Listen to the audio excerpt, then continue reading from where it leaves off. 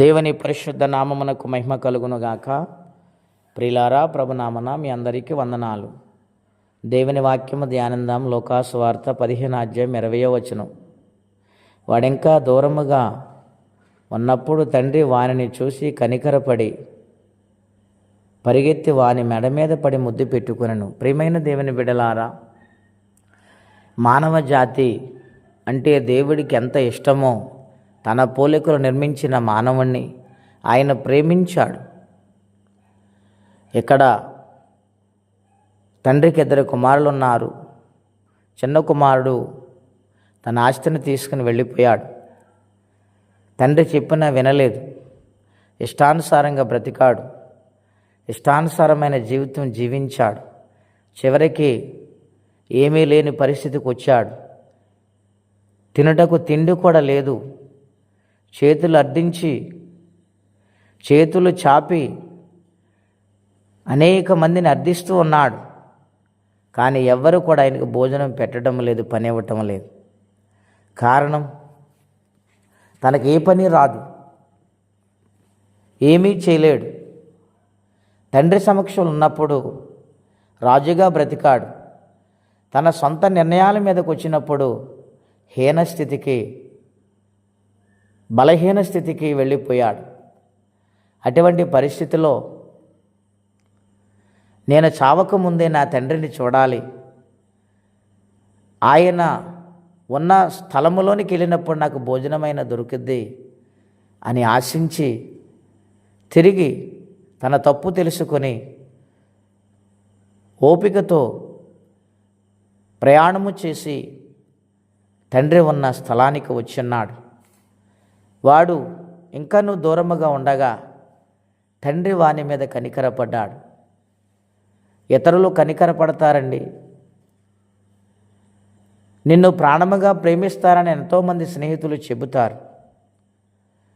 కానీ వారెవ్వరూ కూడా కష్టాలలో సహాయము చేసేవారిగా ఉండరు.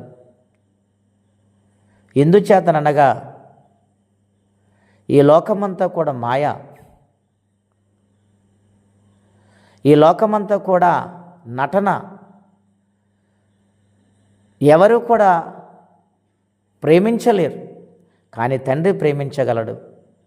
ఆయన హృదయం అటువంటిది గనుక తన తప్పిదములు చూడలేదు. వాడు ఎంత బాధ పెట్టెళ్ళాడని ఆలోచన కూడా చేయకుండా తన బిడ్డ కోసం చేతులు చాపుకుంటూ వెళ్ళి కనికరపడి అతన్ని భుజాల మీద ముఖం ఆంచి కన్నీళ్లతో ఏడ్చారు. ప్రియమైన దేవుని బిడ్డలారా, యేసుప్రభు వారి శిలువలో ఉండి మనందరి కోసమైనా తండ్రికి విజ్ఞాపన చేశాడు. మన మీద కనికరపడ్డాడు ఆయన. తండ్రి, వీరేమి చేయుచున్నారు, వీరెరుగరు కనుక వీరిని క్షమించమని బ్రతిమాలుకున్నాడు.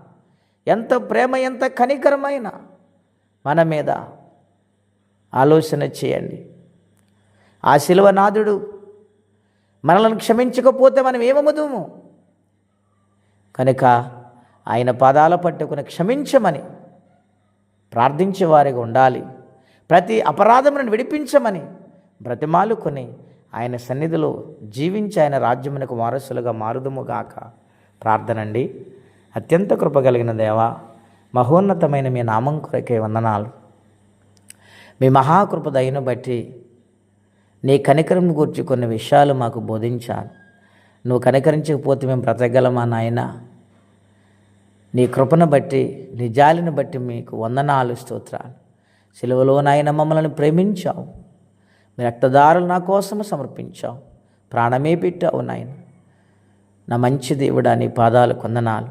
ఇంకా నీ కొరకు భయము, భక్తి కలిగి బ్రతకటానికి, మీ రాజ్యమునకు వారసులుగా మారటానికి నాయన మీ ఆత్మ సహాయం మాకు దయచేయమని శిలువనాథుడైన యేసు నామములో ప్రార్థించి వేడుచున్నాము తండ్రి. ఆమేన్. దేవుడు దీవించును గాక. ఆమేన్.